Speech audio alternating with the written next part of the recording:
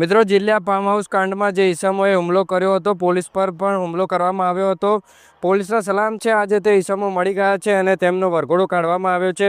તમે વિડીયોમાં જોઈ શકો છો તેમ ચાણસ્મા પોલીસ, પાટણ પોલીસે ફરિયાદ થતાની 48 જ કલાકમાં આરોપીઓનું ટોળું હતું તેમની ધરપકડ કરી 18 જેટલા આરોપીઓની ધરપકડ કરી હાલમાં વરઘોડો કાઢવામાં આવ્યો છે અને લાઠીચાર્જ કરવામાં આવ્યો છે ખુલ્લેઆમ. આ ઈસમોને ત્યાં હુમલો કરવામાં આવ્યો, જિલ્લા ગામમાં પણ લઈ જવામાં આવ્યા હતા અને લાઠીચાર્જ કરવામાં આવ્યું હતું.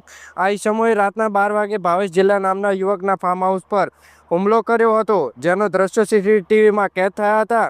ત્યારબાદ પોલીસ પણ ઘટના સ્થળે હાજર હોવા છતાં કંઈ કરી શકી ન હતી. યોગ્ય પુરવઠો નહોતો, હથિયાર નહોતા તેના માટે, અને આ ઈસમોએ ભયજનક હથિયારથી હુમલો કર્યો હતો, જ્યાં પોલીસની કારને પણ નુકસાન પહોંચ્યું હતું. હાલમાં આ કેસ ખૂબ ચર્ચામાં હતો.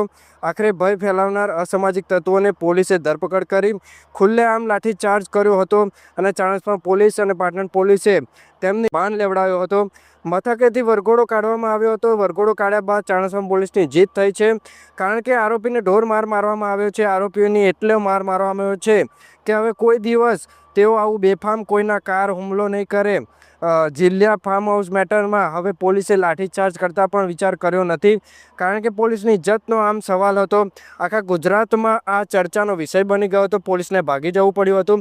તેથી પોલીસે મેથીપાક ચખાડીને કહ્યું છે કે ગુજરાત પોલીસ તાકાત ધરાવે છે કે જિલ્લા જેવા હુમલા કરવામાં આવશે તો પરિણામ પણ આવા જ આવશે. જુઓ વિડીયો.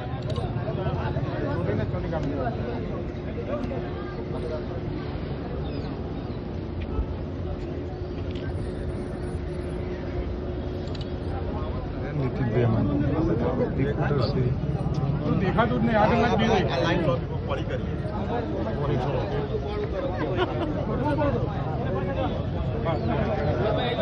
उभा रहे